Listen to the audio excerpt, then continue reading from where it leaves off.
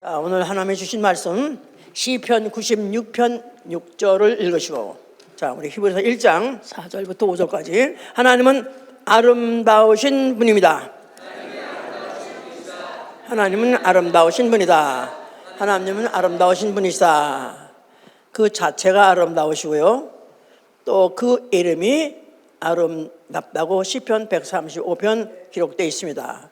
그 자체가 아름다우시고, 또 그 이름도 아름다우시고, 또 그는 아름다운 일을 하시며 행하시며, 그뿐이 아니라 그의 일을 아름다운 일로 행하는 자, 하나님의 일을 아름다운 일로 알고 행하는 자로 하여금 가장 아름다운 곳 어디겠습니까? 하늘 성전, 새 예루살렘 성전으로 초청하셔서 거기서 영원히 살게 하시는 분입니다. 좋습니까? 아멘, 할렐루야. 자, 우리 신앙은 가장 아름다운 것이 무엇인가 아는 것입니다.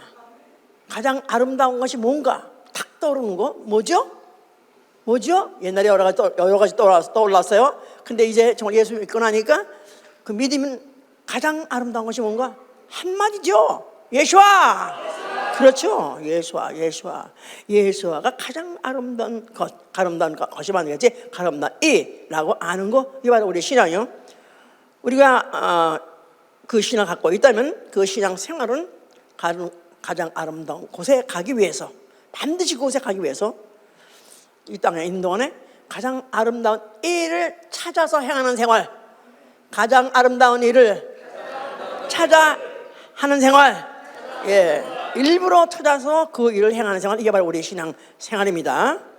할렐루야. 자, 인간은 여러 가지 하나님 닮은 게 많아요. 물론 그렇게 지셨기 때문에 그의 모양, 그의 형상대로 지으셨다고 그랬고, 그뿐이 아니라 우리에게 인격이 있는 거, 지성과 감성과 의지가 있는 거, 이것도 하나님과 똑같습니다. 감성이 있다. 그렇기 때문에 아름다움을 좋아해요. 아름다움 좋아하십니까? 아름다운 싫어서 아무도 없어요. 얼마큼 그걸 표현해내냐, 또 그걸 위해서 미친 대로 살았냐, 그 정도 차이 있지만은, 그러나 좋아하지 않는 사람 아무도 없습니다. 이건 본능이에요. 그래서 이렇게 다 좋아하는데, 그런데 그럼 무엇이 아름다운 것이냐, 무엇이 가장 아름다운 것인가, 각각 기준이 다르니까 이걸 추구하기도 하고 탐구하기도 하고, 그런 것이 알려면 심미안이 열려야 된다. 아름다움을 알아볼 수 있는 그런 안목이 있어야 된다. 그런 말도 있어요. 근데 그래서 미학이라는 것도 있습니다. 미학. 옛날에 없었던 그런 학과가 근래는 아니지만 수십 년부터 그런 것이 생겨졌어요. 어떤 예술 작품이 있다면 그 아름다움의 본질이 무엇이며 그 구조가 무엇이냐 연구하는 학문이 바로 미학이라고 말해요. 이렇게까지 복잡하게 설명 안 해도 알죠? 아름다움 뭔지 알아야 돼. 이제 그런 특별히 이런 것을, 아름다움에 대한 걸 아주 추구하는 사람, 이것을 탐구하는 사람, 나아가서 여기에 미친 사람 있죠? 이런 사람들 이제 거기에 몰두해가지고 소위 말해서 예술, 나가서 미술, 음악 이런 거 다 작품을 만들어냅니다. 유명한 베토벤이라는 사람 아시죠? 그런 사람은 청각 장애인이라고 하잖아요. 청각 장애인. 아니, 작곡하는 사람이 어떻게 청각이 장애냐 그런 얘기한다. 그러니까 그거 하는데 그 피하는 노력은 말할 수가, 이거 초인간적인 인간을 내 노력을 해가지고 그렇게 작곡을 했다고 그래요. 그러니까 그 사람들이 왜 그렇게 하냐면 자기 속에 하여튼 자기 속에 뭐가 있는 게 아니라, 뭔가는 하여튼 들리는 소리, 하여튼 새소리, 물소리 이런 거 다 들고 사람 소리 들어보니까 어떤 아름다운 게 있는데, 그 소리를 어떻게 하면은 어딜 찔리면, 소위 말해서 어딜 찔리면, 어디에 맥을 치면은 맥이 터지, 어딜 찔리면 그런 아름다움이 느껴지나 촉발되나, 그런 걸 이제 연구해서 그렇게 이제 하죠. 그러니까 참 다 살고 모든 예술은 다 아름다움을 느끼고 싶고, 또 아름다움 표현하기 위해서 그렇게 해서 이제 그렇게 각 분야가 이제 다 발전되어 간 것이죠. 이제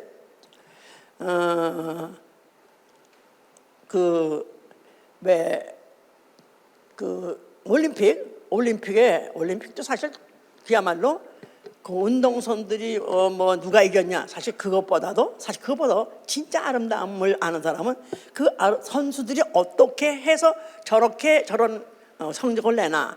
그런데 그런 것도 갖다 이제 아주 그 카메라 클로즈업 해가지고 크게 확대해서 보면은 그 머슬들이 막 움직여 막 보여주잖아요. 그러면 야, 그것도 아름다운 거라.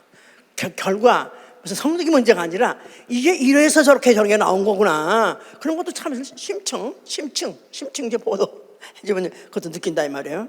그런데 패럴 올림픽이라는 거 있죠? 장애인 올림픽. 그러니까 뭐 팔을 잘라 나갔던가 다리가 잘라져 갔던 못 쓰는 사람들이 줄 모여서 하는 건데, 그러면 사실 민망하잖아요. 하는 사람들 자기 민망할 것 같고 우리도 다 보는 사람들이 민망할 것 같은데도 또 나름대로 거기 오는 사람들은 아주 나름대로 그런 마음이 하나 없는 것 같이 굉장히 그걸 쳐다보면서 경탄스러운 그런 얼굴 가지고 눈빛으로 봅니다. 왜냐하면 어떻게 저런 신체 가지고 어떻게 저런 그 신체 구조 가지고 어떻게 저런 실력을 낼 수 있는가? 막 그들의 노력, 또 그들의 그 법을 지켜가면서 규율을 지켜가면서 하려는 그 노력, 그 표현, 뭐 이런 것들에 대해서 상당히 거기서 아름다움을 느끼기 때문에, 그래서 사실 모든 거 보면 거기 자체보다는 거기에서 느끼는 그 아름다움, 그것을 느껴본 사람은 압니다. 느껴본 사람만 알아요. 그러니까 그거를 또 추구하고 또 원하고 해서 계속 하죠.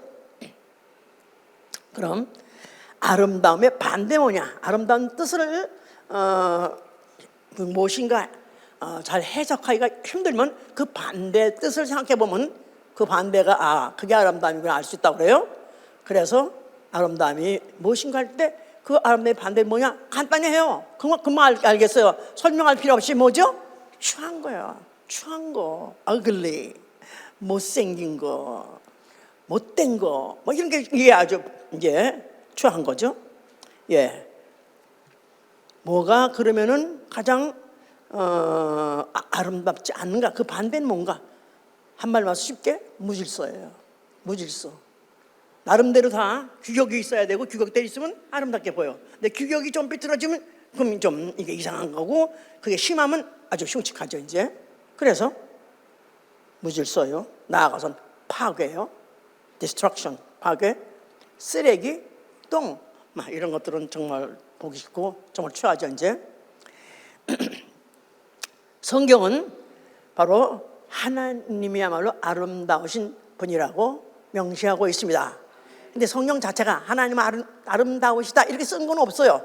그러나 성경 전체는 그걸 말하는 거예요. 왜냐하면 하나님은 그 아름다움을 표현하실 때 간접적으로 표현하시니까. 하나님은 직접 자기가 나타나서 표현한 적이 없어요. 모든 만물을 지은다 할 때도 사람 앞에서 보는 가운데 한 것이 아니라 아무 인간도 없을 때 아주 그야말로 창세 때 하셨을 때부터, 그가 천지 창조 때부터 그 아름다움, 그 자신이 아름다움, 이 아름다운 분이라는 걸 나타내신 거예요. 왜냐하면 아름답지 않으면 그런 아름다운 작품이 나올 수 없으니까. 아름다운 생각과 아름다운 마음이 있었기 때문에 결국은 그런 아름다운 작품이 나왔으니, 모든 이 우주 모든 만물 얼마나 아름답습니까? 세상에 아름다워 천지 만물처럼 아름다운 게 어디 있어요? 모든 산천 초목 너무너무 아름답죠? 예, 참. 그래서 난 이 아까 부른 찬송가 눈물이 너무너무 감동스러운 게, 하나님이 지으신 모든 하다못해 나무고 수풀에 무슨 물소리고 샘물 소리, 골짜기 소리, 이런 것들 자체도 어쩌면 그렇게 하나님은 다 아름답게 하셨는가? 옛날에는 관심도 없어서. 근데 이제는 그런 것들이 하나하나가 참 절묘한 너무 그런 아름다움을 우리가 느낄 수 있는데, 결국은 하나님이 이 모든 만물을 어떻게 지셨다? 말씀으로 있으라고 명령하셨어요. 다 하나 모든 만물은 하나님이 있으라고 명령하신 대로 된 거예요. 명령하셨다, 지시대로 됐다 이 말이에요. 그래서 거기에 벌써 질서가 있는 거야. 질서. 오다 하니까 오다가 떨어져가지고 그대로 순종해서 나온 결과가 모든 만물이다 이 말이에요. 천지 만물. 거기 질서가 있어. 그런데 그것들이 다 지어지고 났을 때 어쩌면 서로가 그것이 서로 조화가 잘 되는지. 그러니까 참 우리가 이상해. 만약에 옛날에는 그렇게 입었었지만은 파란 치마에다 빨간 저고리 입고 나가면 오 마이 갓. 그런데 이빨이 파랗고 빨간 꽃 이뻐. 그건 왜 이렇게 아름다운지 모르겠어. 하여튼 하나님이 그냥 만든 건 서로가 다 이렇게 조화가 돼 있어요. 하모니가 되어 있단 말이야. 그래서 order and harmony, 이게 바로 아름다움이다 이 말이에요. order and harmony, 그러니까 질서와 조화가 이루어질 때 그게 바로 아름이다. 이건 창세 때부터 보여주신 거다 그 말이에요. 예. 결국 이것이 하나님이 이스라엘에서 생겼기 때문에 그것은 다 그 질서와 하모니, 질서와 하모니, 조화지. 질서 조화, 이런 것이 어디서 나왔냐? 하나님에게서 나온 거예요. 그렇기 때문에 하나님에게서 그런 것이 나올 때 하나님이 악하면 그런 거 나올 수가 있겠냐 말이야. 오로지 선하시고 아름다운 분이기 때문에 거기서 그 아름다움이 나왔기 때문에 하나님은 아름다운 분이시다. 우리 하나님은 아름다우신 하나님이시다 그 말이에요. 자, 이렇게 하나님은 그렇게 시작을 하셨습니다. 그랬는데 루시엘이라는 자가 나타났어요. 아시죠? 이사야 14장 12절 15절까지 루시엘이라는 것은 천사장이었는데 그 천사장이 원래 지음받을 때 아름답게 지음받았다고. 에스겔 한번 보세요. 에스겔 28장 12절부터 봅시다. 여호와의 말씀이 내게 임하여 가라사대 인자야 두로 왕을 의하여 애가를 지어 그에게 이르기를 주 여호와의 말씀에 너는 완전한 인이 없고 지혜가 충족하며 온전히 아름다웠도다. 내가 옛적에 하나님의 동산 에덴에서 있어서 각종 보석, 홍보석과 황보석과 금광석과 황옥과 홍마노와 창옥과 청보석과 남보석과 홍옥과 황금으로 단장하였으며 내가 지음받던 날 너를 위하여 소고와 비파가 예외였었도다. 너는 기름 부음을 받은 덮는 그룹이며 내가 너를 세움에 네가 하나님의 성산에 있어서 화강석 사이에 왕래하였도다.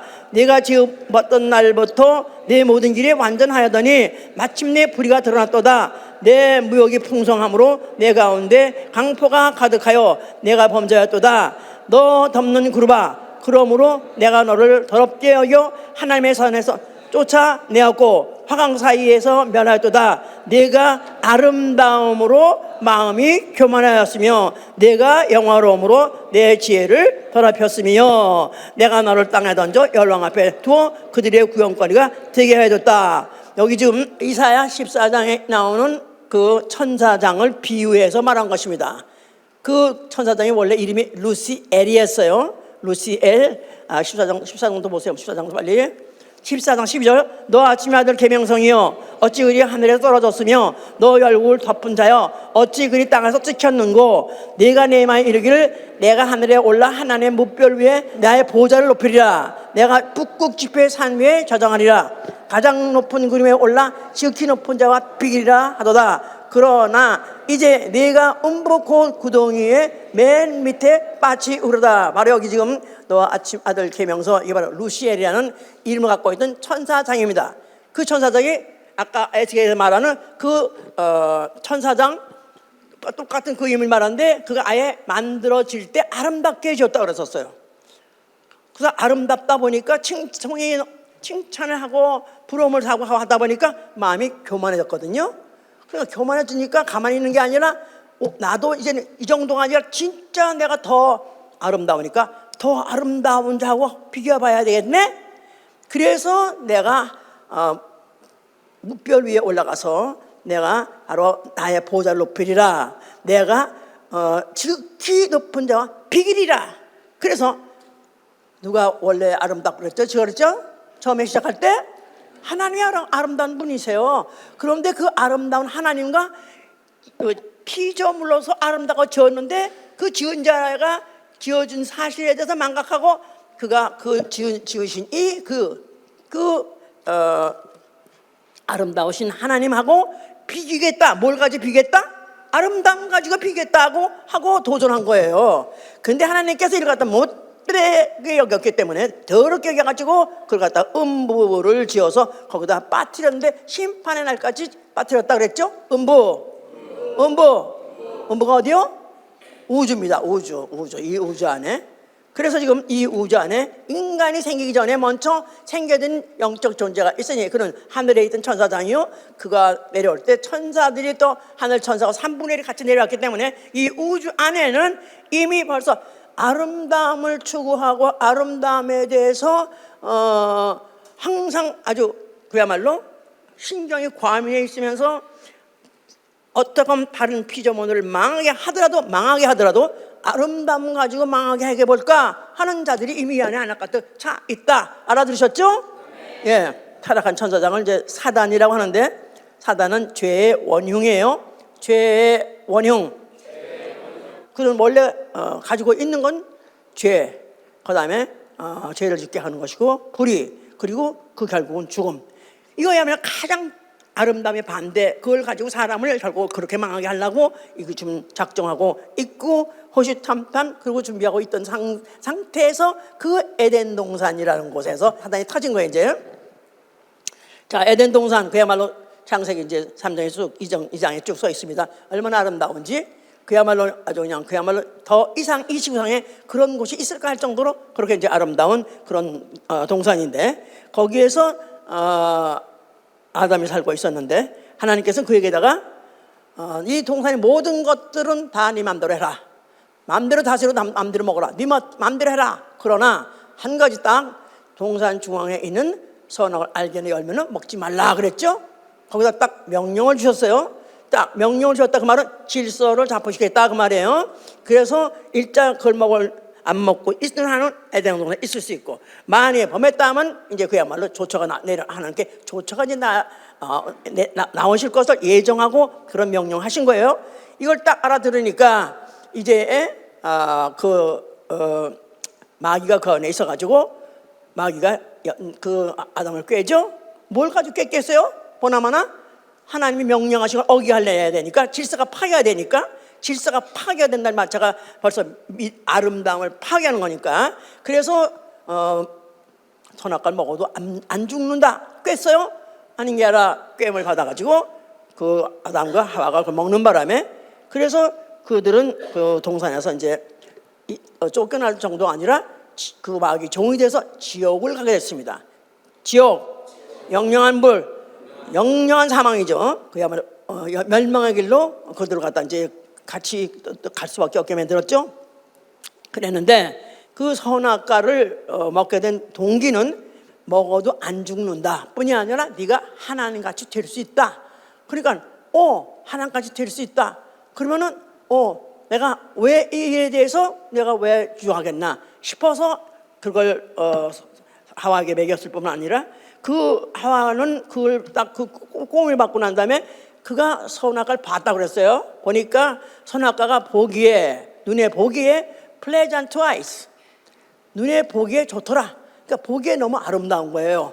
그러니까 이 죄의 유혹이 어디서부터 시작했냐? 그 유혹이 하와가 인류가 결국은 죄에 빨려들게 된 것도 보기에 좋은 거, 보기에 그럴듯한 거, 거기 유혹을 받고 그것이 아름답게 보였고 또 아름답게 될 것도 있을 것 같아서 그걸 먹은 것입니다. 이제 그래서 결국 이제 그렇게 죄를 져가지고 결국들은 죄의 종이 되고 마귀의 종이 돼서 결국 마귀에 따라 지옥 가게 됐죠. 예. 그런데 그들이 이제 지옥 가기 전에 하나님께서 또 그에게 다른 계획이 있었기 때문에 거기에 에덴 동산 내쫓을 때 그들이 입고 있던 나뭇잎 옷을 벗기고 무엇을 입혔더라? 가죽 옷을 입혔다 그랬어요. 가죽 옷을 입혔다. 그러니까 이제 나뭇잎보다 가죽 옷이 더 낫기 때문에 입혔겠습니까? 그게 아니라 어떤 동물이 죽고 피를 흘려야 나오는 게 가죽이니까, 가죽을 입었다는 뜻은 앞으로 그리스도로 옷 입고 다시 그 앞에 나왔고, 그 옷이야말로 가장 아름다운 입을 옷, 가장 아름다운 옷으로 입을 수 있는 예표를 그게 보여준 것이다 그 말이에요. 가죽 옷. 뭐라고 했어요? 내가 가죽 옷이 뭐라고? 가죽 옷은 뭐 하는 거다? 어떻게 된 거라고? 어떤 짐승이 동물이 죽어야 되고 피 흘려야지 나오는 게 결국은 가지고 다녀요. 그것을 통해서 그리스도로 옷 입고 그리스도와 함께 침례받고 그리스도와 함께 옷 입고 또 그 앞에 나올 수 있게 했다고 그 말이 있습니다. 이제 자 이렇게 해서 이제 됐는데 그 다음에 이제 그 역사적으로 네피림이라는 말이 창세기 6장에 나왔었어요. 예. 그런데 이제 그때 거기에 하나님의 아들이 나오고 사람의 딸이란 말이 나왔다 그랬어요. 예. 하나님의 아들은 하나님 믿는 사람 아니고 뭐랬죠? 영이 있는 사람. 그 창세기 6장 1절부터 6절 보면은 그게 이제 나의 신이 그들과 함께 하지 않는다. 신 자체가 영을 말하는 거, 스피릿 영을 말하는 것이기 때문에 그거 자체가 영이 있는 사람이 하나님의 아들이라 말했고 영이 없는 사람을 사람의 딸이라고 표현한 것이다 이 말이에요. 그래서 하나님의 아들과 사람의 딸이 합하면은 결국은 영 없는 또 어나더 사람의 딸 같은 작사이마사 사람이 그냥 영 없는 사람이 나오는 거기 때문에 결국 그걸로서 끝이었는데 그럼 그렇게 되는 거를 결국 어느 때 그 사람들의 그들의 종족이 언제 그 종족보다는 창세 때 지었던 사람이죠. 그 사람들은 뭐를 했다고요? 창세 때 지은 사람들 남녀는 그들이 뭘 하게 하나님이 하셨다? 무슨 일 하게 하셨다? 생육하고 번성하는 일 하게 했다 이 말이에요. 근데 이 네피림 때 가서는 이들이 뭐냐면 그들이 장대하고 나아가서는 그 당대 유명한 사람이라 문화 문명에 대한 어떤 인식이 아니면 그런 의식이 굉장히 뛰어났던 사람들이에요. 소위 말해서 문화 문명을 발전시켰던 사람들이다 그 말이에요. 소위 말해서 아름다움이 뭔지, 아름다운 건물이 뭔지, 아름다운 옷이 뭔지, 아름다운 도구가 뭔지 이런 것들에서 많이 그들은 신경을 쓸 수 있는 기능을 갖고 있고 그걸 실제로 했던 사람이에요. 그래서 그 사람들이 그것들을 많이 발전했었는데 이제 일단 그것으로서 하나님께서 그들이 했던 이 시를 그걸로 끝내고 그들을 이제 그 시대가 끝냈을 때 뭘로 끝내냐면 노아 때 홍수로 끝냈다 그랬었어요. 예, 그래서 이제 일단 사람이 육체적으로 나아가서는 시각적으로 혼적으로 그다 시각적, 혼적, 육체적, 혼적, 시각적 그런 거로 미를 찾던 그 시대를 끝내고 이제 오로지 하나님 말씀을 듣고 하나님 말씀 순종하는 것 자체를 하나님 앞에 온전한 삶이라고 사는 시대를 시작했으니 노아 때 붙은 것이다 이 말이에요. 다 정리되고 노아가 남았죠. 남은 건 어떻게 보면 그 얘기는 방주를 하나님의 지시대로 지어서 하나님의 지시대로 방주를 지으니라. 그런데 그 방주야말로 인간이 그 하나님의 명대로 즉 사임해서 하나님의 발상에 의해서 하나님의 아이디어에 의해서 하나님의 그 시각에 의해서 하나님의 지으라고 해서 지으시해서 지은 거니까 순 하나님의 건축물이에요. 맞아. 지은 거는 방주가 지었지만은 그런데 그거야말로 하나님 명령 때문에 지었기 때문에 질서가 하나님의 세우고자 하는 질서가 선 것이고 그 다음에 그 안에 지어서 가지고 거기에 누가 탔냐면 모든 사람들 여덟 인간하고 동물이 다 탔어요. 동물이 각종 동물이 맹수도 다 탔어요. 그럼 거기서 다 잡혀 먹어야 될 거 아니겠어? 안 그리 다 남을 것도 없이 다 그냥 뼈다귀 좀 남지 않고 다 죽을 뻔했는데 거기서도 그들이 다 살아서 나온 것은 하나님 벌써 이미 그 질서를 딱 세우실 때 3층 건물로 짓고 하늘나 매겨가지고 다 그렇게 질서 있게 하셨다 이 말. 조화가 이루어졌다 이 말이에요. 그러니까 그 방주야말로 하나님에게서 나온 아이디어요. 하나님의 지시에 된 거기 때문에 그야말로 이 세상에 지은 건물 중에서 최고로 아름다운 건물이 지어졌던 것이다. 아니냐 아니라 지금도 예수 믿는 사람들이겠지만은 그 하나님의 그 지은 걸 다시 이렇게 다 성경을 보면은 완벽하게 어쩌면 이렇게까지 할 수가 있을까 할 정도로 그렇게 감탄한다고 그래요. 자, 그런 가운데에서 하나님이 이제 그 후손 아브라함에게다가 독자를 번제로 드렸죠. 독자를 번제로 드리라고 지시하셨어요. 그래서 그 독자를 번제로 지리하는 그 산, 지시하신 산, 모리아산. 하나님이 지시하셨다, 명령이다, 똑같은 얘기예요. 딱 질서가 잡히는 거예요. 이제 아브라함이라는 믿음의 조상에게다가 하나님께서 이제 거기다가 질서를 잡히게 할 때 그에게다가 독자를 모리아산에 가서 바치라 그랬어요. 있던 곳에서 사흘길을 가가지고 거기서 드디어 이제 하나님이 지시하신 대로 바로 거기서 이제 아들을 갖다 번제로 드렸죠. 그런 바람에 하나님께서 야, 네가 나를 경외한 줄 이제 알았다. 경외. 존경하고 사랑하고 사랑하는 것을 내가 이제 확인했다. 그래서 그 아브라함의 그 믿음을 보시고 거기에서 그 아들에게는 손대지 못하게 하시고 다른 양을 준비해가지고 그 양으로 하나님이 준비해가지고 그걸로 드리게 했다 그랬어요. 자, 그러면서 그 아브라함에게 축복을 하셨습니다.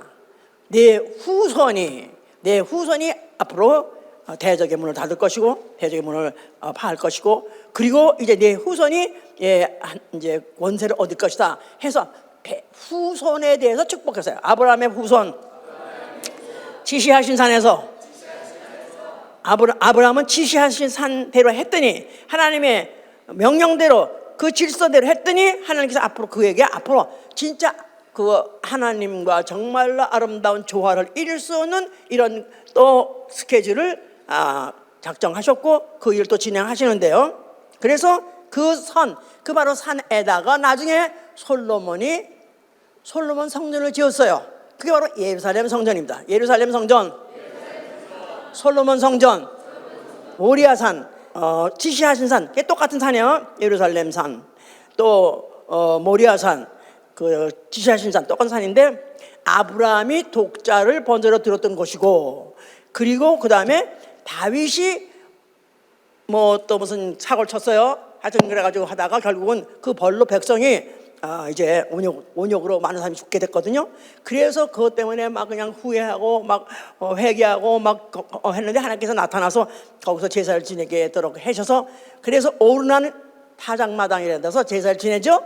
네. 그러니까 바로 그 아브라함이 독자를 드렸던 모리아산이나 다윗이 또 번제를 드렸던 그 오르난 타작마당 다 똑같이 그게 바로 시온산이요 오르난의 타작마당이요 그게 바로 모리아산이었던 것이다 이 말이에요. 그러니까 거기서는 하나님 지시하신 산 하나님 바로 질서를 딱 세워진 바로 그곳에다가 거기서 이제 제사 드렸죠. 그랬더니 결과가 온역이 백성을 막 죽이던 사건이 그걸로 끝을 냈어요. 하나님이 그 제사를 받으시고 그걸 끝냈어요. 그리고 역대하 20장 9절에 뭐라고 표현하고 있냐면 거기서 주께 부르짖었더니 구원이 이루어졌다다.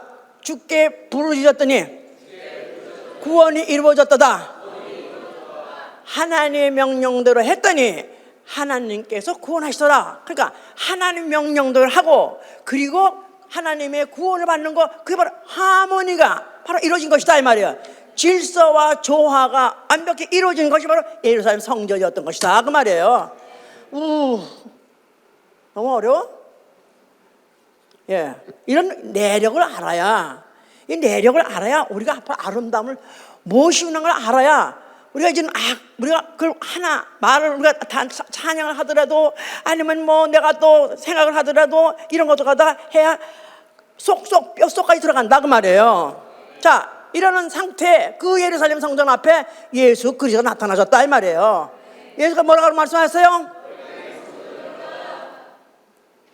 그 예루살렘 성전이야말로 그 세계에서 가장 아름다운 왜냐하면 재료 말할 것 없고 그 양식 말할 것도 없고 최고의 공장들이 최고의 뭐 돌부터 또 하여튼 너무너무 유명한 건물이었기 때문에 모든 그 인근에 있는 왕족들이 와가지고 다 관광을 하고 감탄하고 어떻게 이렇게 아름다운 공을 질 수 있냐고 그랬던 그런 건물이다 이 말이에요. 그뿐이 아니라 이거는 그들이 정말 하나님이 바로 이렇게 조상대대로 지시하신 곳에서 그 방법대로 지어서 이렇게 우리가 보존하고 있는 것 자체를 그들은 굉장히 영광스럽게 생각하고 있고 또 이 성이 이렇게 있는 한은 하나님께서 우리 백성을 우리 이스라엘을 버리지 않을 것이고 우리를 결국 다시 회복시킬 것이라는 소망을 갖고 있는데 거기를 예수께서 나타나가지고 이 성전을 헐라 이렇게 말했으니 얼마나 그야말로 그들이 경악할 일이고 예수를 증오할 일이죠. 자, 예수께서는 헐라만 하신 것이 아니라 너희가 하면은 내가 살만해 일으키려 하신 거예요. 너희가 하면은 내가 살만해 일으키리라. 헐라, 예루살렘 성전 헐라, 그 말은 세상에 속한 성소예요. 손으로 지은 성소예요. 흙으로 지은 성소예요. 흙으로 짓고 세상에 속해 있고 또 사람에 의해서 지은 성소. 그런데 이 성전, 그것을 이제는 헐라, 이 성전보다도 내가 더 나은 성전을 일으키라고 말이죠. 그 말은 그 성전 안에는 뭐가 있기 때문에 하는 거예요? 여호와 이름으로, 여호와 이름을 모신 곳, 여호와 이름. 그러니까 여호와 이름, 하나님의 이름이 진짜 하나님의 이름이 아니고 하나님의 이름을 가지고 왔다. 나 그 당시에는 여호와라고 천사에게 종에게 시켜서 알려진 이름은 여호와다 이 말. 종을 통해서 알리신 하나님의 이름, 종을 통해서 이스라엘에게 알리신 하나님의 이름, 예, 이게 여호와입니다. 그런데 이제는 종이 아니라 자녀에게 기업으로 줄 하나님의 이름, 그거는 여호와가 아니라 뭐라는 거예요? 예수와 자녀에게 기업으로 줄 하나님의 이름, 예수와. 내가 그러니까 이 성전 하고 다시 성전을 하면 읽을 때는 성전된 자기 육체를 말하다 하세요. 성전된 자기 육체, 예수님의 육체, 성전.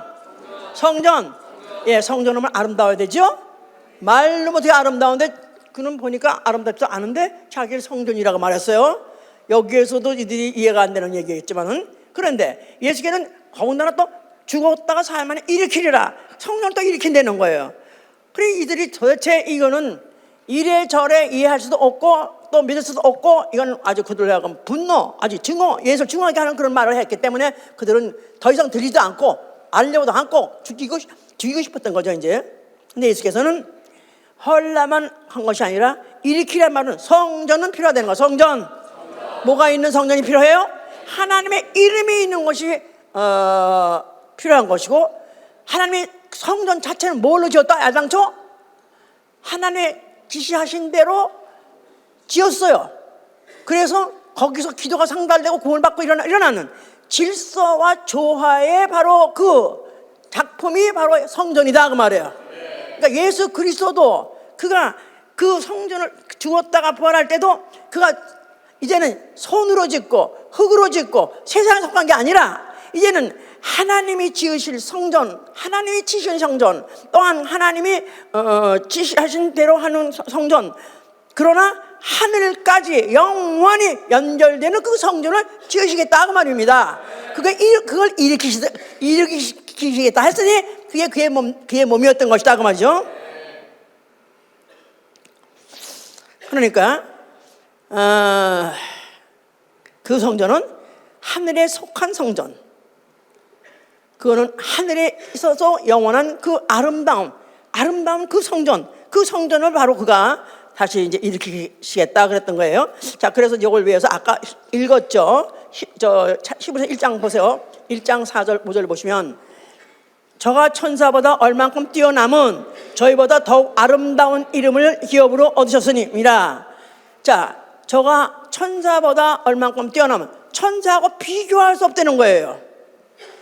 천사, 주로 누굴 말할까요? 여기서 지금 천사? 예, 루시퍼를 말하는 거죠. 루시엘, 가장 아름다웠다는 그 천사장. 그하고는 비교할 수 없는 그런 그가 탁월한, 뛰어난 그런 아름다운 분이시니, 왜냐하면 그는 더욱 아름다운 이름을 기업으로 받습니다. 아름다운 이름. 하나님이 누구시다? 아름다운 분이시다. 그러면 그의 생각도 아름답고 마음도 아름답고 행하심도 아름답고 그의 이름도 아름답다 이 말이에요. 하나님의 이름 뭐죠? 구약 사람들 아니면 지금도 많은 교회에서 거의 많은 교회가 다 하나님을 여호와로 알고 있습니다. 그 여호와는 천사에게 전달해 줬던 하나님의 이름이고, 이제 아들이 가져왔고 아들이 줄 이름은 바로 예수와 하나님의 이름, 성부와 성자와 성신의 이름이다 이 말이에요. 아멘 할렐루야. 바로 그는 그와 같은 그런 분으로 그가 오셨기 때문에, 그래서 그가 그 일을 하기 위해서는 그가 그 이름이 자기 스스로가 죽었다가 부활할 때 하나님이 기업으로 주려고 하셨기 때문에 그는 자기의 죽음에 대해서 그는 예언하신 것이고, 또 죽기 위해서 인자로 오신 거다 이 말이에요. 자, 그래서 그가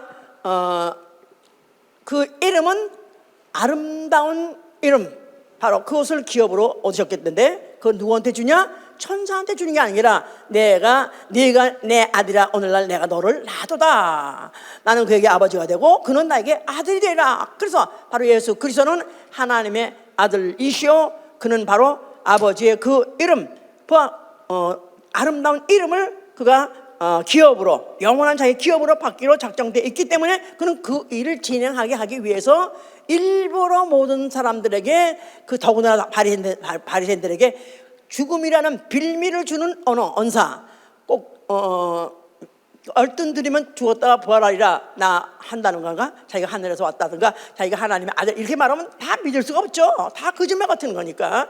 그러니까 자기를 죽일 수 있는 그런 빌미를 주게 하는 언사만 했던 것이다 그 말이에요. 예수는 그래서 자기를 죽으러 왔기 때문에 자기를 인자라 한 것이다 이 말이에요. 인자. 자, 그러나 이 성전, 이 예루살렘 성전은 실제로 그 후에 70년 후에 완전 폭삭했습니다.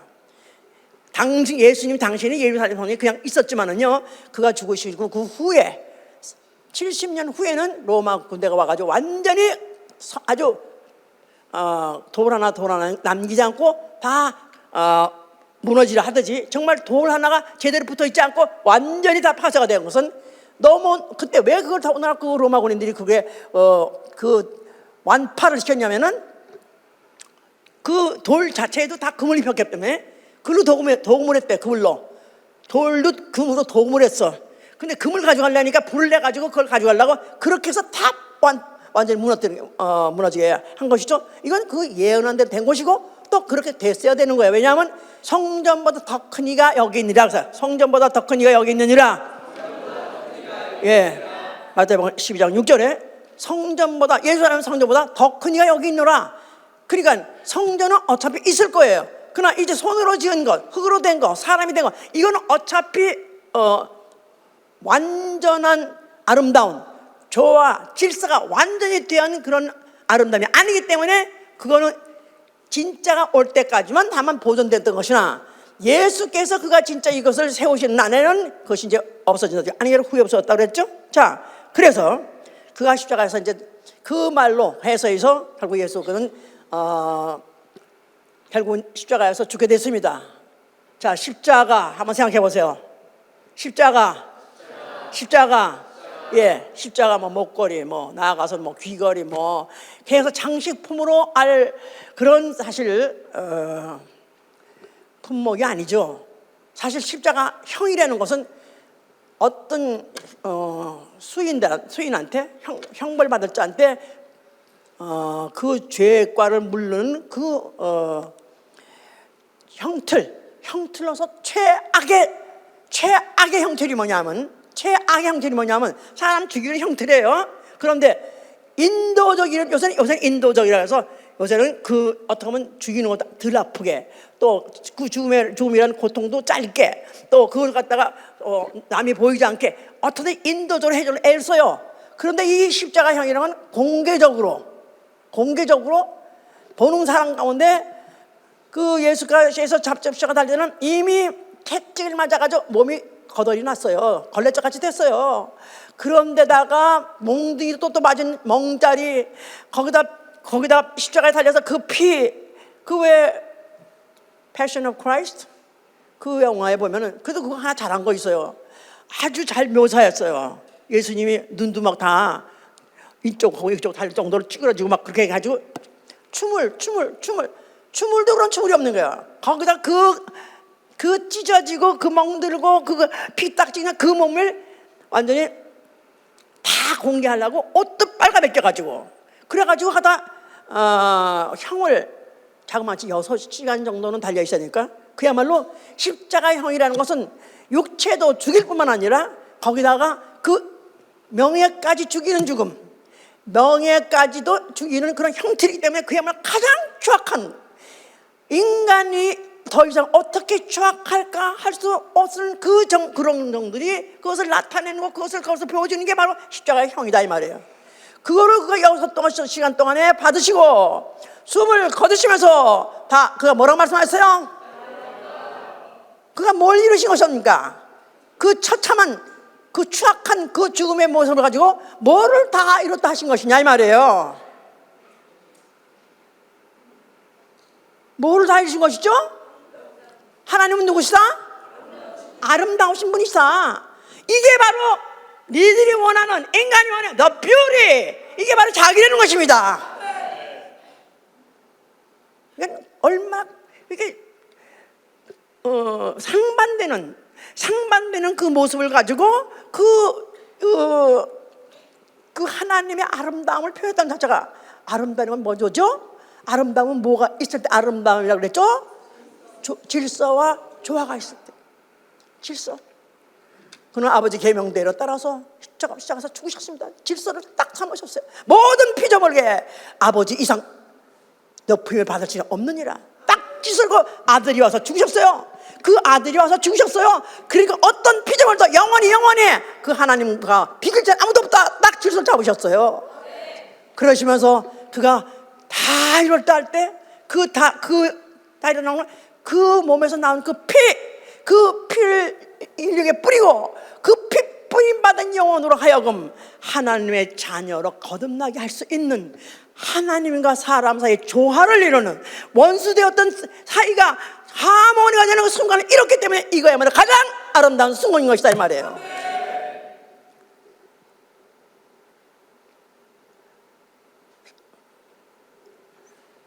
하나님은 이거를 언제부터 생각하신 거예요?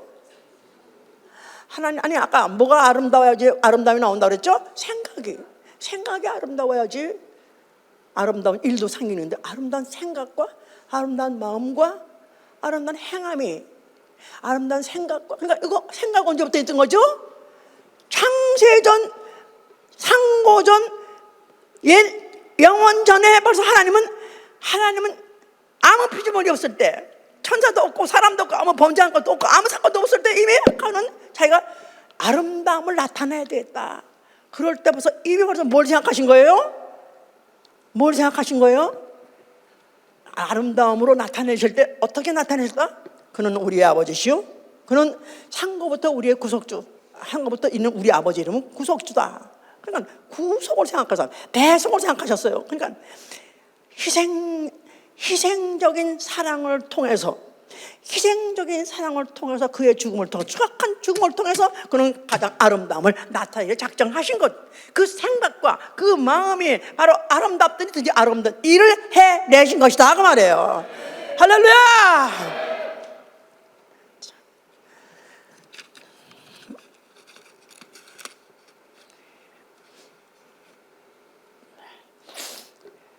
그래서 하나님 바로 그는 누구시냐? 그는 하나님의 빌립보에서의, 그는 하나님의 본체시다. 그는 근본 하나님의 본체시나 하나님과 동등됨을 취할 것으로 여기지 아니하시고 오히려 자기를 비어 종의 형체를 가져 사람들과 같이 되었고 사람의 모양으로 나타나셨으며 자기를 낮추시고 죽기까지 복종하셨으니 곧 십자가에 죽으심이라. 그는 하나님의 본체세요. 그는 자체가 하나님이세요. 그는 원래 아름다운 분이세요. 그런데 어떻게 인간 중 하나같이, 그런데 그 인간의 모습을 봤을 때, 그 이사야 그 53년에 보면요, 그거 이 세상에 오셨을 때 그 모습을 사람들이 기억하고 표현한 계시를 통해서 받은 자들이 있어요. 그는 주 앞에서 자라나기를 연한 순 같고 마른 땅에서 나온 줄기 같아서 고운 모양도 없고 풍채도 없은즉 우리의 보기에 흠모할 만한 아름다운 것이 없도다. 그는 멸시를 받아서 사람에게서 싫어 버린 바 되었으며 간골 많이 겪었으며 또 질고를 아는 자라. 마치 사람들에게 얼굴을 가리우고 보지 않음 받은 자 같아서 멸시를 당했고 우리도 그를 귀히 여기지 않았다 그랬어요. 그는 마른 땅에서 나온 삐쭉만한 줄기같이 삐쩍 말라가지고 키는 큰 것 같아요. 고운 모양도 없고 총체도 없고 머슬도 없고 잘생긴 것도 없고 아무 흠모 사모할 만한 아름다운 것이 아무것도 없었다는 거예요. 그 모양적으로는 아무것이 아름다운 게 없었다는 거예요. 그래서 사람들이 보기에 그를 갖다 멸시당했고 치러버린 것까지 되어서 그를 죽인다 할 때 아무도 말린 자가 없어. 아무도. 그런데 그의 용모에 대해서 이렇게까지 정말 흉상으로 보여줬는데 그 흉상을 여기에 기록한 것에 비해서 무슨 다윗이든지 사울이든지 그가 용모가 뭐 뛰어났다는 거 이걸 자세히 기록하고 있는 거 봐서 이것도 제대로 다 사실로 기록한 것 같아요. 예수님은 하여튼간에 우리가 생각하는 그런 우리가 생각하는 아름다운 세상 사람들이 생각하는 그 아름다움 전혀 관계없는 풍채도 또 그의 용모도 아무것도 아름다움이 없이 그냥 하여튼 추남까지는 말하기 하겠지만 하여튼 그런 분이었었는데 결국은 이런 분이 결국은 중국까지도 그렇게 흉측하게 죽었기 때문에 사람들이 아유 끔찍해 다시 생각해 꿈에 나타날까 무서워. 그래가지고 아예 생각도 하기 싫은데 털어버리게 그게 털어. 그러니까 예수 한동안에 뭐 귀신도 없고 병도 고쳐서 아주 이적 기사를 했지. 그래서 그분이 혹시 메시아인가? 에이 그럼 하지 마. 이거로 흉측한 거 생각하죠. 꿈에 날까봐 걱정이다. 아예 싹 지워버리려고 했던 게 바로 하나님은 그와 같이 모양을 보였지만 그러나 귀신들을 마귀들은 어떤지 그렇게 해서 사람의 머리에서 지워버리려고 했었지만 그는 죽었다가 부활하시고 하늘 보좌에 앉음으로 인해서 그가 이제 보좌에 앉아 계시다는 걸 성령이 알게 하셨어요. 그가 보좌에 앉아 계신 그 보좌, 그가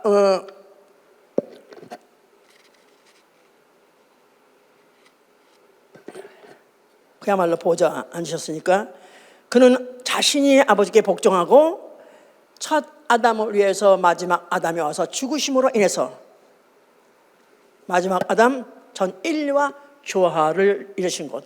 그래서 그야말로 십자가에서 죽으시고 그래서 그가 이제 그의 죽음을 통해서 인류와 완전한 조화를 이룬 완전 아름다운 일을 그가 완성하신 것이다. 그러면서 그걸 통해서 교만한 마귀를 심판하셨고 또 인류를 대속하심으로 해서 그야말로 가장 아름다운 일을 하셨으니 그 결과로 나온 게 뭐냐면 아름다운 영혼이 나오게 됐다 이 말이에요. 아름다운 영혼, 그 피로난 영혼, 아름다운 영혼을 낳으신 거예요. 아름다운 영혼. 예, 우리가 지금 우리 육체가 있어서 영혼이 보이지 않지만은 하나님 눈에는 보이십니다. 또 우리 육체가 불구가 되고 또 아니면 나아가서는 아주 심히 바란스가 안 맞아서 못나니 어쩌고 했다 할지라도 이건 다 결국 벗어버릴 거고 흙으로 돌아가면 없어질 것이지만 우리 안에 영혼만큼은 영원히 살 건데 우리에게다가 바로 예수의 그 피를 주심으로 인해서 그 아버지에게서 나온 아들이 결국은 그 아버지의 그 아름다움을 그의 죽음과 부활을 통해서 보좌에 앉으셨으니 보좌에 앉으셨어요. 보좌에 앉으신 그는 어떤 모습일까요? 보좌에 앉으셨어요. 자, 그는 어떤 모습으로 앉으셨을까요? 아름다운 모습으로 앉아 계신 거죠. 예, 그래서 바로 그는 지금 보좌에 앉으신 어린 양. 왜 사람을 갖다 어린 양이라고 표현할까요? 어린 양은 일찍 죽임을 당한 흔적을 갖고 계시다 그 말이에요. 일찍 죽임을 당한 흔적. 그러니까 예수 그리스도는 그 보좌에 지금 앉아 계셨는데 사람의 모습이에요. 그런데 그 사람의 모습이 인간하고 똑같은 모습이에요. 그런데 그를 갖다 어린 양이라 표현한 것은 일찍 죽었던 그 흔적, 다시 말해서 아름다운 상처를 갖고 계신 분이다 이 말이에요. 예수의 몸, 예수, 우리 하늘에 가서 혹시 하늘에 가서 거룩한 성에 들어가서 혹시 예수님이 누구실까 하고 확인하고 싶다면 뭘 보면 아는 거죠? 그 몸에 일찍 죽었던 흔적을 갖고 계시니, 다시 말해서 아름다운 상처를 갖고 있는, 흔적을 갖고 있느니 바로 그가 우리가 사모하고 뵙길 원하는 예수시다 그 말이에요. Sacrificial wounds, 희생으로 그의 죽음을 통해서 나타난, 죽음 때문에 생긴 상처, 희생. 자, 아름답다. 보통 이제 세상 사람들은 아름다운 걸 노래할 때 무슨 찬양이, 무슨 노래든지 무슨 뭐 하여튼 뭐 영화든지 뭘 만들 때 결국은 무엇이 제일 사랑이 제일 아름답다는 거야. 사랑이 제일 아름답다. 그렇죠? 사실 그래요. 뭐니 해도 사랑처럼 아름다운 건 없습니다. 그런데 바로 예수 그리스도가 죽었다가 부활하시고 갖고 있는 그 상처, 그야말로 하나님이 희생적인 사랑, 그것이야말로 가장 아름다운 것이다. 가장 아름다운 건 뭐냐 하면 희생적인 사랑이 아름다운 걸 말하는 것이다 이 말이에요. 아멘, 할렐루야. 자, 그리고 그가 이제 몇 날이 못 되어서 성령을 교회에다 보내셨어요. 교회야말로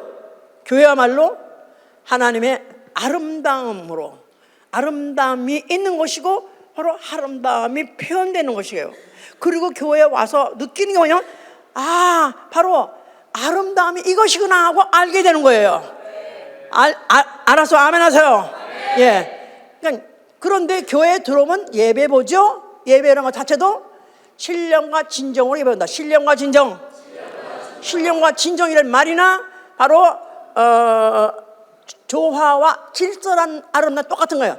조화와 질서의 아름다움, 신령과 진정이라는 말 자체에 벌써 이미 거기에 오더가 들어있어요. 바로 이것이 바로 예배예요. 바로 교회가의 본질이 그려야 되는 것이다. 그러니까 교회는 조화와 질서의 세계, 하나님의 아름다움이 있는 곳. 자, 나는 예수 믿다. 자기 스스로 믿으시면 아멘 하세요. 예. 나는 예수 믿는다. 다시 말해서 나는 아름다움이라는 게 이제 뭔지 알았다. 나는 평생 동안 나는 아름다움을 나는 추구했고 나는 좋아했었는데 저가 그렇습니다. 저가 이렇게 되는 건 우리 언니가 이제 그랬거든요. 우리 언니는 6.25를 끝내고 난 다음에 어쩌다가 그 가난에서 벗어나가지고 어쩌다가 돈을 벌어가지고 어쩌다가 돈을 가지고 그 다음에 그가 하여튼 완전히 폐허가 된 강산에서 어떻게 또 그런 걸 착수했는지 모르지만 하여튼 명품을 그때 막 미국이라는 문화가 들어오기 시작하면서 막 그냥 그때 세계적으로 이제 그런 게 하여튼 어떻게 알아가지고 하여튼 뭐 보석이든지 무슨 시계든지 또 나아가서는 또 하여튼 그림까지 뭔지 하여튼 최고로 아름다운 걸 다 추구했어요. 근데 나는 그때 아파가지고 외출하는 바람에 우리 언니 집을 매일 아침에 출근해가지고 우리 남편 퇴근할 때 퇴근 12시 한다고 잘랐어. 그러니까 그냥 하루 종일 우리 언니 집에서 있으면서 그 훈련을 너무너무 많이 받았어요. 그래가지고 디렉토리가 있어 나한테는. 책에다 써놔야 돼. 뭐는 뭐가 좋고 뭐는 뭐가 싫은 거 뭐가 좋고 그러면서 그렇게 그걸 많이 배워가지고 너무너무 이제 거기에 나도 이제 한동안 이제 되지도 않으면서 거기에 미쳐가지고 그랬는데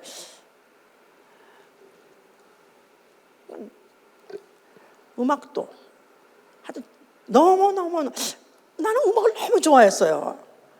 그래서 클래식도 뭐 심포니 또 무슨 오페라 웬만한 오페라 다 따라 불렀고 또 그뿐이 아니야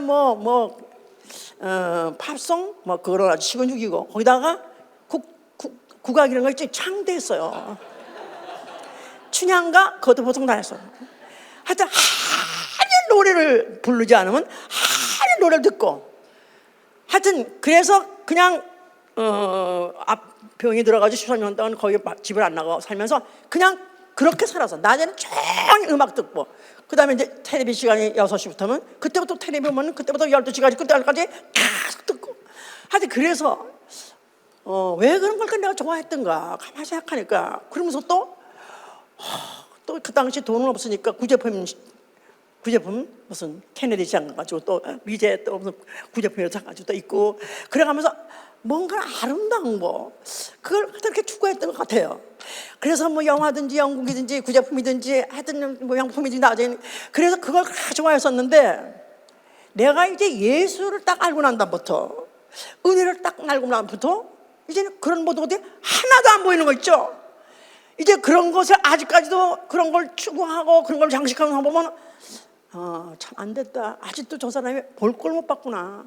진짜 아름다운 게 뭔지를 모르구나. 진짜 아름다운 예수 자체가 아름다움이 있다 이 말이야. The beauty. 내가 추구하던 그 beauty는 바로 예수 자체시다 이 말이에요.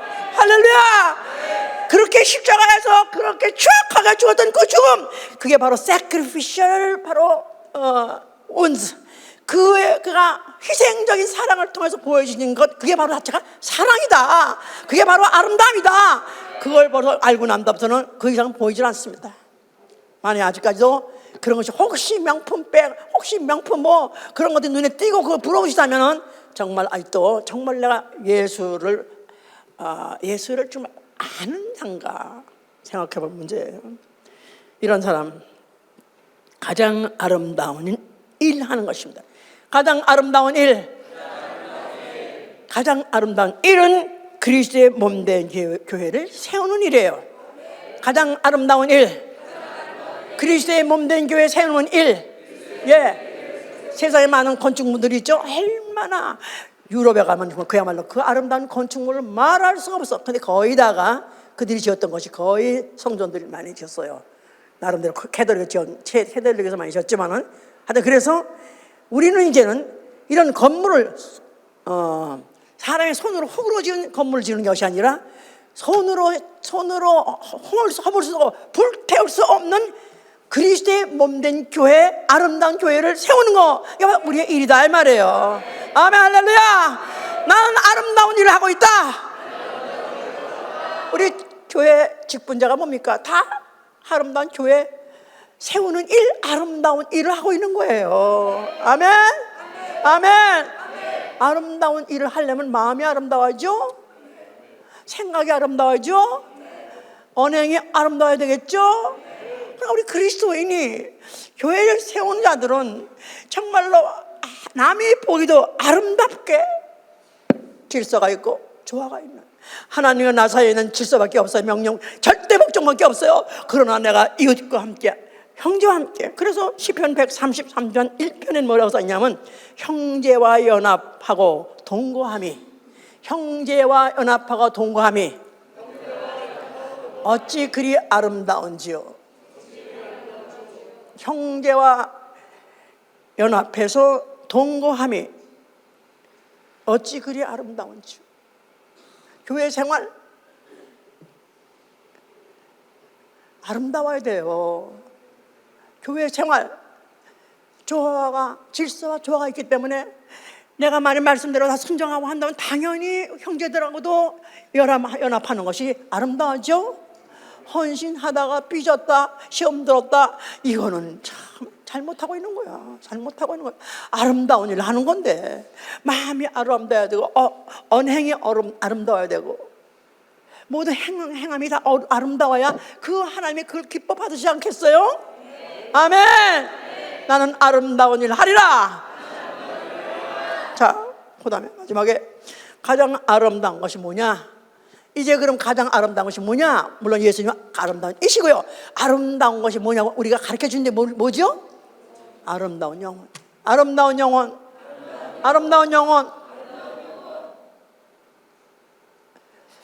예수의 피로 산 영혼, 그 피로 사실 때 아깝지 않게 바꾸신, 구매하신 그 영혼이 가장 아름답다. 우리가 보기에는 병신 아니면 찔찔이 아니면 지가 사실 진짜 목회하다 보면은 언제나 좀 자라서 언제나 제구실하나 저런 병신들 이렇게 하다가 또 후회하고 해결하는데, 이번에 제가 그래서 지난 부서들에 헌신할 때 선교사가 네팔에 가서 몇 명 되지도 않은 그 사람 데리고 거기서 흉터병 걸려가면서 테러 당하면서 그러면서 거길 떠나지 않고 그렇게 하는 것은 그는 위대한 걸 발견해서 그래요. 가장 아름다운 게 무엇인지 발견했기 때문에. 가장 아름다운 것은 예수의 피 있는 영혼, 예수의 피로 걷는 하나님의 자녀, 그 영혼들이 별로 그런 데서 뭘 얼마나 배운지 모르지만은 그래도 목숨을 걸고 가족 핍박받아서 죽임을 위협을 당하면서도 그래도 거기서 교회를 따라가고 있는 영혼을 아름다운 영혼으로 봤기 때문에 결국 거기서 끝내 거기서 그 목숨을 그야말로 거기다 땅에다 그 몸을 목숨을 거기 땅에다 묻으려고 작정하고 떠나지 않다가 결국 죽었는데, 아름다운 영혼, 아름다운. 나는 그래서 선교사들이, 저는 선교를 그렇게 그런 척박한 데서 가본 적이 없기 때문에 그야말로 무식하고 가난하고 알아듣지 잘 듣지 못하면서도 또 따라는 와요. 그런데 어떻게 그들이 그 일을 해낼 수 있었을까? 그들 남이 발견하지 못하는 것을 발견해서 발견한 거예요. 아름다운 영혼, 이 영혼, 하나님은 얼마나 아름답게 보실까? 바로 그 영혼을 버리고 돌 수 없기 때문에 그 영혼을 위해서 결국 자기 목숨을 버리는 그런 거. 제가 그래서 그걸 제가 그 이후에 제가 생각을 해봅니다. 그리고 이제 이 부서가 영국한데 제일 못하는 거예요. 제일 안 될 것 같은 거야. 그래가지고 아휴, 너나 니들이 아들 같이 죽자 그러고 싶을 정도로 그렇게 안 되는 거예요. 그래서 결국은 제가 그 아름다운 영혼이라는 것을 생각해냈고 또 그렇게 해라고 하고 난 다음에 일단은 해보라고 했는데 그 다음에 제가 느낌이 달라졌어요. 이렇게 보니까 다 아름다운 그렇게 보이는 거야. 그렇게 말하고 나니까 그렇게 보이는 거야. 아, 최정도도 너무 아름다운 거야.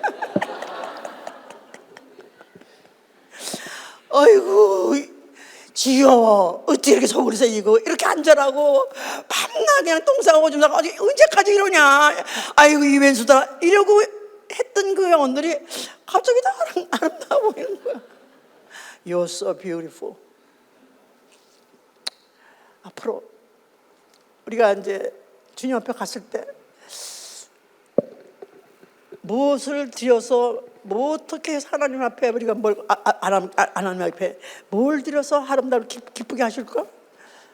하나님이 가장 아름답게 생각하시는 영혼들, 그 영혼들의 복음 전해서 오줌 싸고 똥 싸고 잘하지 못하고 지지야 할 때로 어떡하지 품고 어떡하든지 그에게 먹이고 시키고 업어주고 안아주고 해서 키워서 그 하나님 앞에 돌려드릴 때, 하나님이 찾으신 가장 아름다운 영혼을 돌려드릴 때 아버지 기뻐 받으실 것이고, 그 일을 위해서 목숨을 아끼지 않고 희생하면서 한 그들 영혼도 받아주실 것입니다. 이제부터 내 시각이 바뀌어야 돼요. 가장 아름다운 것이 누군가? 물론 예수 그리스도. 이제 가장 아름다운 것이 뭔가? 예수의 피 있는 영혼, 그런 영혼들에게서 복음 전하는 것이고, 또 그런 영혼 자라게 하기 위해서 이제 참고 기다리면서 어떠든지 어떤 육체적이든지 물질적으로든지 시간적으로 어떤 희생을 아끼지 않고 그런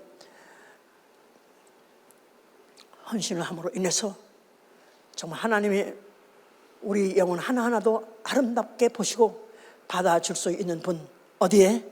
가장 아름다운 곳, 새 예루살렘 성 그 안에 들어가서 영원히 아름다운 일을 뵈면서 영원히 아름다운 곳에서 영원히 아름다운 영혼으로 가서 정말 우리 아름다움만 있는 바로 그곳에서 영원히 사시는 여러분 되실 예수님으로 축원합니다.